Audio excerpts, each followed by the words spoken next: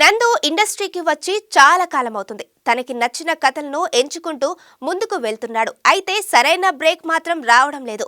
తాజాగా ఇట్లు మీ Jafar YouTube channel కి ఇచ్చిన ఇంటర్వ్యూలో నందు అనేక విషయాలను ప్రస్తావించారు. నాతో కలిసి నటించిన వాళ్ళంతా ఎక్కడికో వెళ్లిపోయారు. సిద్ధు జొన్నలగడ్డ, అంజలి, విజయ్ దేవరకొండ, ప్రియదర్శి ఇలా చాలా మంది ఉన్నారు. నేను మాత్రం ఇక్కడే ఉండిపోయాను అని అన్నారు. నేను వెనుకబడిపోవడానికి గల కారణాలను గురించిన ఆలోచన చేస్తే లోపం నాలోనే ఉందనే విషయం ఈ మధ్యనే అర్థమైంది. కొన్ని సినిమాల విషయంలో రాజీ పడడమే అందుకు ఒక కారణంగా నాకు అనిపించింది.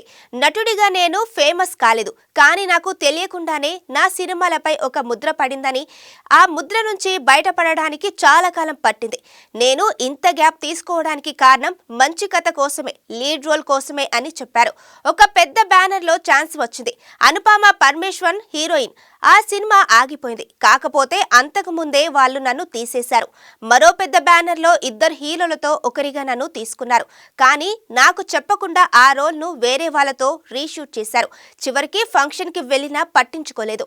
కొంతమంది తెలుగు హీరోయిన్స్ నేను హీరోనని తెలిసి కథ కూడా వినకుండా నో చెప్పారు. వీటికి తోడు అవసరమైన విషయాలలో నా పేరును ఇరికించడం కూడా ప్రభావం చూపింది.